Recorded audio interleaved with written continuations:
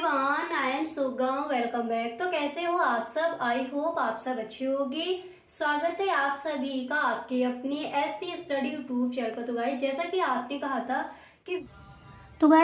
आपने कहा था कि आपको सिविक्स के जो भी आपके महत्वपूर्ण क्वेश्चन हैं वो आपको बताए जाएं, ठीक है।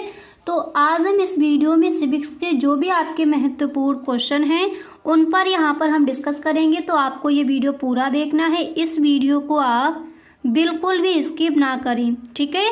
तो यहाँ पर हम देखेंगे सिविक्स के कौन कौन से ऐसे क्वेश्चंस हैं जो इस बार के बोर्ड एग्जाम के लिए इम्पोर्टेंट हैं। उन सारे प्रश्नों पर यहाँ पर डिस्कस किया जाएगा, ठीक है। तो आपको ये वीडियो पूरा देखना है, इस वीडियो को आप बिल्कुल भी स्किप ना करें।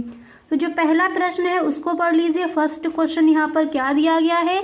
तो पहला प्रश्न आप ये तैयार कर लोगे कि संक्षेप में परमाणु युद्ध के प्रभावों का वर्णन करें, ठीक है। पहला प्रश्न क्या है, फर्स्ट क्वेश्चन हमें यहाँ पर मिला है कि संक्षेप में परमाणु युद्ध के प्रभावों का वर्णन करें। तो देखिए इसका आंसर क्या हो जाएगा, आप इस तरह से लिख कर आओगे कि विश्व में परमाणु युद्ध का परिणाम बहुत भयानक होता है। इसके बाद आप लिखोगे कि उदाहरण के लिए 6 अगस्त और 9 अगस्त 1945 को अमेरिका द्वारा जापान के हिरोशिमा और नागासाकी शहर पर परमाणु बम गिराया गया था। इसके बाद आपको लिखना है जिसका परिणाम यह है कि वहाँ आज भी बच्चों का जन्म विकलांगता के आधार पर होता है। तो हमें क्वेश्चन यहाँ पर क्या दिया गया था, प्रश्न यहाँ पर था कि संक्षेप में परमाणु युद्ध के प्रभावों का वर्णन करें। तो इस तरह से आप इस प्रश्न का आंसर लिख कर आओगे, ठीक है। एक बार इसको दोबारा से पढ़ लीजिए। ओके, देखिए आप इस तरह से लिखोगे कि विश्व में परमाणु युद्ध का परिणाम बहुत भयानक होता है। उदाहरण के लिए 6 अगस्त और 9 अगस्त 1945 को अमेरिका द्वारा जापान के हिरोशिमा और नागासाकी शहर पर परमाणु बम गिराया गया था, जिसका परिणाम यह है कि वहाँ आज भी बच्चों का जन्म विकलांगता के आधार पर होता है। तो संक्षेप में परमाणु युद्ध के प्रभावों का जो वर्णन है आप इस तरह से करके आओगे, ठीक है। अब यहाँ पर देखिए इसके बाद जो आपका अगला प्रश्न है वो आप कौन सा तैयार करोगे उसको समझ लीजिए। तो यहाँ पर देखिए जो नेक्स्ट क्वेश्चन है वो क्या दिया गया। तो देखिए अगला प्रश्न यहाँ पर है कि भारत मानव अधिकारों का प्रबल समर्थक क्यों है, 3 कारण बताकर स्पष्ट कीजिए, ठीक है। इस तरह से क्वेश्चन आपका आस्क किया जाएगा। देखिए जो भी आपके महत्वपूर्ण क्वेश्चन हैं उन्हीं प्रश्नों को यहाँ पर रखा गया है, ठीक है। तो क्वेश्चन यहाँ पर क्या दिया गया कि भारत मानव अधिकारों का प्रबल समर्थक क्यों है, 3 कारण बताकर स्पष्ट कीजिए, ठीक है।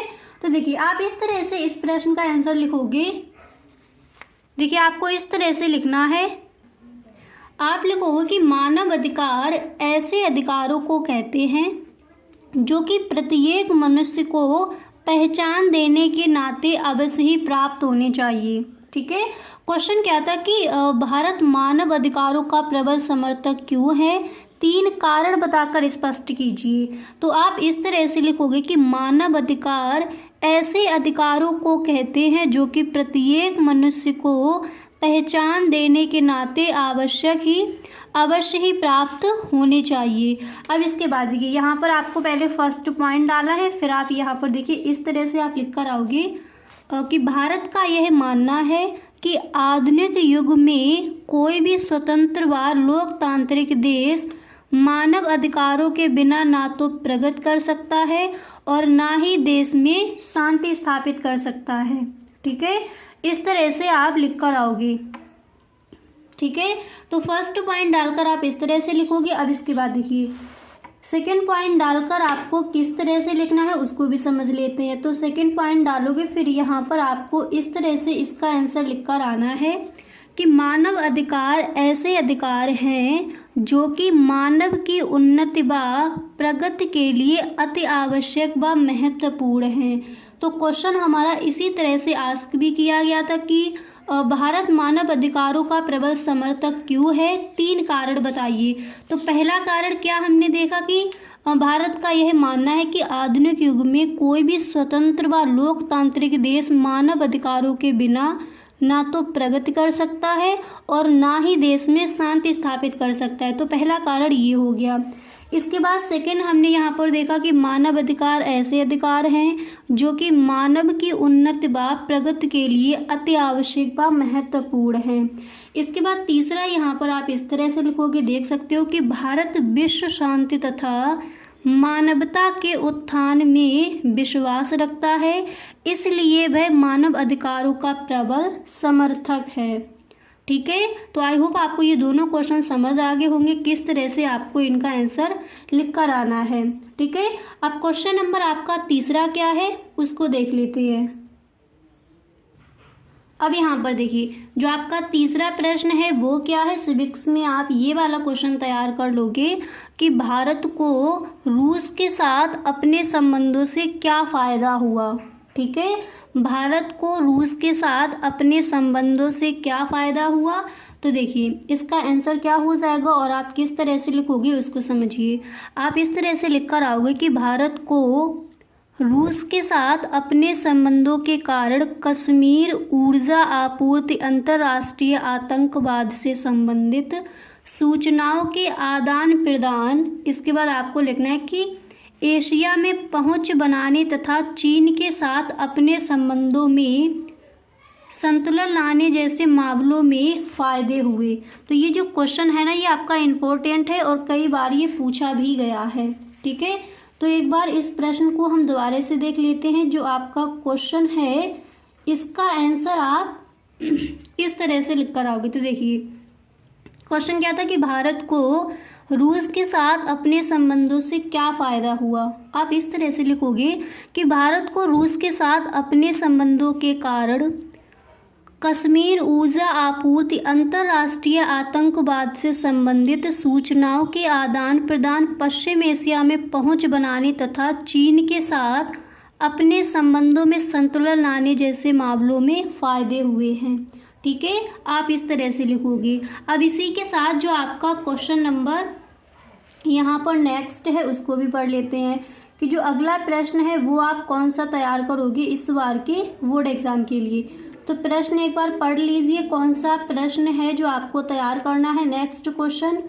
तो देखिए अगला प्रश्न आप ये तैयार करोगे कि 1962 में भारत चीन विवाद का मुख्य कारण क्या था। क्वेश्चन क्या है, 1962 में भारत चीन विवाद का मुख्य कारण क्या था।